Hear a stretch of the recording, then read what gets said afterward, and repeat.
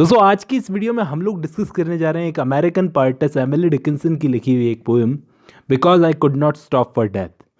दोस्तों इसको शुरू करने से पहले मैं आपको एमिली डिकिंसन के बारे में बताता हूँ। एमिली डिकिंसन एक अमेरिकन पोएटेस थी और इन्होंने दोस्तों बहुत ज़्यादा क्वांटिटी में पोएम्स लिखी हैं, यानी कि इन्होंने हज़ारों पोएम्स लिखी हैं और यूजुअली इनकी पोएम्स की थीम्स होती थी डेथ और इमॉर्टलिटी।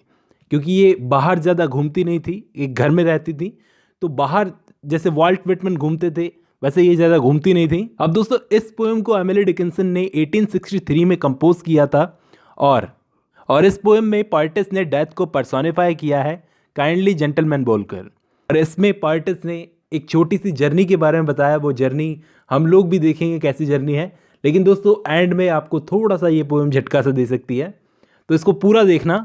इस पोएम में एमिली डिकिंसन ने हमको ये बताने की कोशिश की है कि लाइफ भी एक जर्नी है जन्म से डेथ तक। और ये पोएम एमिली डिकिंसन की मोस्ट फैसिनेटिंग पोएम है दोस्तों।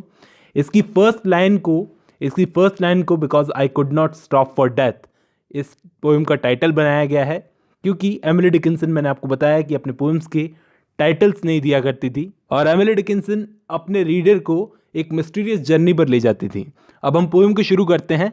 इस पोएम की शुरुआती लाइन है because I could not stop for death, मतलब मैं डेथ के लिए रुक नहीं सकती थी।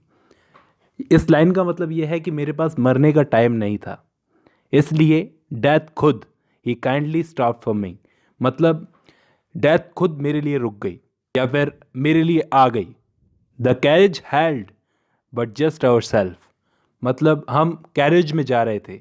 कैरियर्स दोस्तों एक टाइप की बग्गी टाइप की होती है, एक रथ टाइप का, तो उसमें जा रहे थे मैं और डेथ एंड इमॉर्टलिटी।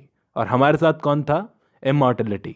हालांकि यहाँ पर ऐसा कुछ होता नहीं है कि डेथ आपको बग्गी में रहने आ रही है और इमॉर्टलिटी भी आपके साथ में। यहाँ पे सबको पर्सोनिफाई किया है यहाँ पर एमिली डिकिंसन ने।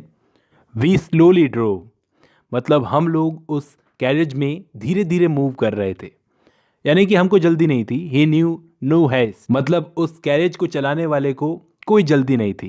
And I had put away my labour and my leisure too. इस लाइन का मतलब है दोस्तों कि मैं अपने काम काज को भूलकर सब कुछ दूर रखकर यहाँ आई, क्योंकि और हिज सिविलिटी, मतलब डेथ की सिविलिटी के लिए, उसकी पोलाइटनेस के लिए मैं उसे मना नहीं कर सकी डेथ को।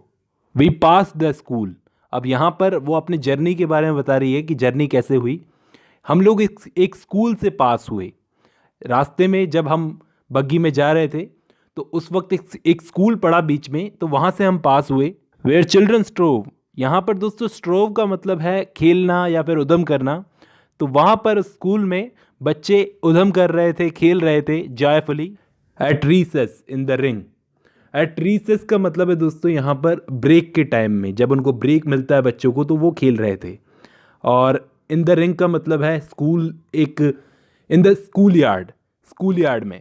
We pass the fields of gazing green, इसका मतलब है, इस लाइन का मतलब है कि हम लोग एक फील्ड से भी गुजरे, यानी कि खेत से भी गुजरे, एक खेत से गुजरे, अनाज के खेत से। ग्रेन का मतलब होता है अनाज जो पक चुका था, तो ऐसे लग रहा था जैसे वो अनाज हमको देख रहा हो। और इसके अलावा बोलती हैं we pass the setting sun, और इसके अलावा हम फिर सूरज के पास से निकले। हमारा जो कैरेज था वो सूरज के पास से निकला। और अदर ही पास्ड अस, या तो हम सूरज के पास से निकले या फिर वो हमारे पास से निकला। और अदर ही पास्ड अस का मतलब या फिर वो हमारे पास से निकला। The dews grew quivering and chill, इस लाइन का मतलब है कि हवा में नमी थी और शरीर कांप रहा था ठंड के मारे। फॉर ओनली गॉसेमर माई गाउन, इस लाइन का मतलब है कि मैंने पतला सा गाउन पहन रखा था। गॉसेमर का मतलब पतला सा। माई ट्रिपिट ओनली टुल, इस लाइन का मतलब है कि मेरे पास एक टिपिट भी थी, यानी कि कोई स्कार्फ टाइप का, तो वो भी ठंड से नहीं बचा रहा था पोएटेस को। We paused before a house that seemed a swelling of the ground, इसका मतलब यह है कि अब एमिली डिकिंसन जो लिख रही हैं यहाँ पर, के बाद हमारी जर्नी ख़त्म हुई और आकर हम एक घर के आगे रुके और ऐसा लग रहा था जैसे वो जगह, स्वेलिंग ऑफ द ग्राउंड का मतलब है कोई दफनाने की जगह हो, थोड़ी ऐसे।